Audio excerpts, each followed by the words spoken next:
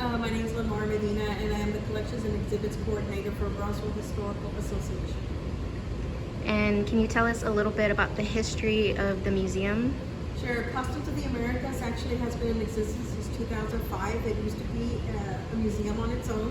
As of 2021, we acquired it, so now the whole collection, all 1,800 pieces, are under our care.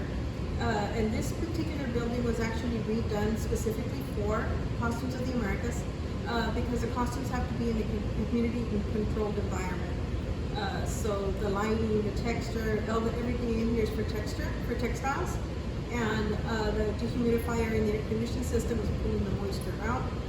The windows in the gallery are all double paned and slightly tinted to protect them. So a lot of the costumes that we do have in the collection are a little over 80 years old. So you do want to make sure that they are protected and always have them in a secure environment. Okay. And can you tell us about the current exhibit on display? Sure.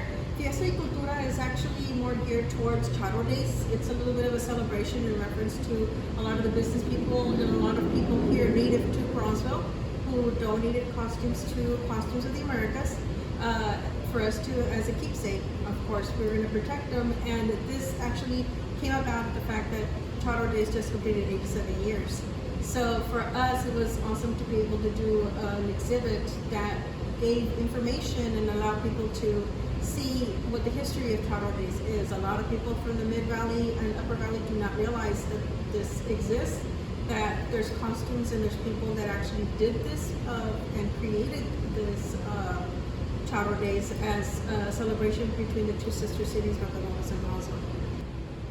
So with this exhibit, how many pieces are in it? This one has 20 plus pieces or actual textiles from covering different states in Mexico.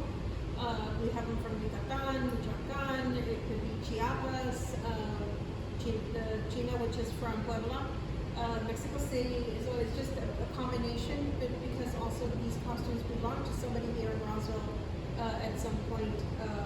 It allowed us to show the different areas and the different costumes that are always used during Charro Days, which a lot of people don't realize that people do dress up for this celebration. So is there a specific costume for each state? Yes, there is. Each state in Mexico has a costume for the most part that they have as a national costume. Like Puebla has the China Poblana, which is also sometimes geared towards Mexico City, which is the China that she's wearing here. The Charro is from Jalisco, and that I think for the most part stays in that area. And then we have the more modern China, which is in here in the gallery. We have the little Charro and the Charro. The Charra and the Escaramuza are all from, well, Escaramuza is from Coahuila, a little bit different. And then Jalisco, of course, the Charra. And then we have, as you can tell, a lot of the different states. We have Michoacan, Veracruz, we have the Chiapanecas from Chiapas. And then the Agaritas are from Durango. Some people say they're also Jalisco. There is some that are from Jalisco, but they have a little bit of a different designs on them. Not too many of them. And then we have Yucatan, which is a mestiza, and this is actually a really beautiful costume. And it is worn a lot during Charro Days, along with the China and the Chiapaneca and the little Adelitas over here. And then we have Guerrero, which is Yacateca. This one is a very different costume because it is very heavy. From the top, the huipil is not heavy, but the skirt is a little bit heavy. So it's not too often, people do wear it, but not as often because it is very hot down here for the most part. And then we have the chinacos, which are from Puebla, same as the China Poblana. And these are more geared towards it. They are considered Mexican charros. They're a Mexican style of cowboy, but they're more Spaniard. If you can tell by the texture and the style of their pants. Very different to the actual charro that we have for Jalisco. So these guys are a little bit different. And then we have the Juana from Oaxaca. And these are a little older style costumes. And this also, you can tell as the years have gone by, this is more embroidered. We have some that are not as embroidered. Some have a little bit different material. There's some are cotton, some are different. And so it's just depending on the person who was wearing it and who had it made. And then we have the huichol, and this one is from Nayarit. This one again, each person designed and did their own costumes. So this particular people decided that this is how they wanted their costumes, and each item on there has a significance. Each design, the horses, the stars, the different birds on it, the double-headed bird on that one, and then this one has deer on it. So this is their national costume in Nayarit for the most part. And then we have the Tamaulipas, which from Tamaulipas. That one I think is a staple here in the Brownsville area. You do see a lot of it. So this one actually you'll see a lot in charro days, considering even though that it's a very heavy leather. And then we have Danza de los Viejitos, and we have the Jarocha, Campeche. This is from Campeche. The Danza de los Viejitos is from Michoacán, and the Jarocha is from Veracruz. So for the most part, everybody here covers almost part of the states in Mexico. There is some missing, and of course, Michoacán has a totally also different style of dresses for the women. Here, you're only seeing the Danza de los Viejitos costume, but there is very different styles for women and for the men. This is more for this one. The danza is more for a traditional dance done in Michoacán. But we do have, there is a costume for the ladies in Michoacán, and it's a beautiful style costume. We don't have that one on display because not many people wear it here. It's very different, and it's also very heavy. So you said that these are authentic costumes. What exactly makes them authentic? What makes them authentic is that they once belonged to someone here in Brownsville. They were not manufactured for us to have here or ordered and put on display.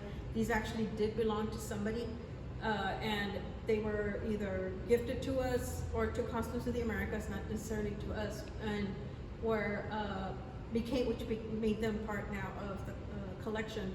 The other costumes that we have, they all at some point belong to someone in the states or the countries that they represent. So none of them are like, oh, we had that one done because we needed to have it. No, it's for the most part, someone got it, someone bought it, brought it in, and decided we're going to gift it or give it out to Costumes of the Americas for preservation. And that's how I say that they are 100% authentic, because if they weren't, then they would have been a replica, and none of these are. So for the traditional uses historically, were they always in part of celebration and festivals? Some of them are, but for the most part, some of these in here are celebration. But there is some costumes that they look similar, but they're more for everyday use. Like you're not gonna wear a wool charra because this is a fiesta style one. But if you were a charra and you lived in Jalisco and you were in an area where it was cold, this charra would be fine because she is wool.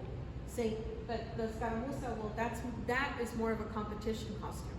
Escaramuzas compete in the costumes that they are wearing, which is this one and her boots. So everything for them is custom made. That's different. That's not a celebration, that's more of a competition. The chapanecas, the chinas definitely. I have one that looks like this, but it's not as much decorated as this one. So yes, there is some that you will see that are, if you go to a particular state, you might see them wearing it. I can guarantee that in Guatemala, you will see that particular costume that we have on display might be one that's being worn over there. So it just depends on the area and the region that you're visiting. Has there been an exhibit that has had all the different traditional garments on display? For sure, Guatemala. We had all their departments on display. I don't remember right now how many, but there was all of them on displays, which is interesting because they were all different. they were not, any of them were the same. Mexico, I don't remember if we've had all of them on display at one time. This is probably the closest that we're gonna get to it, unless there's another exhibit that we do. Is there anything else that we should know about the current exhibit?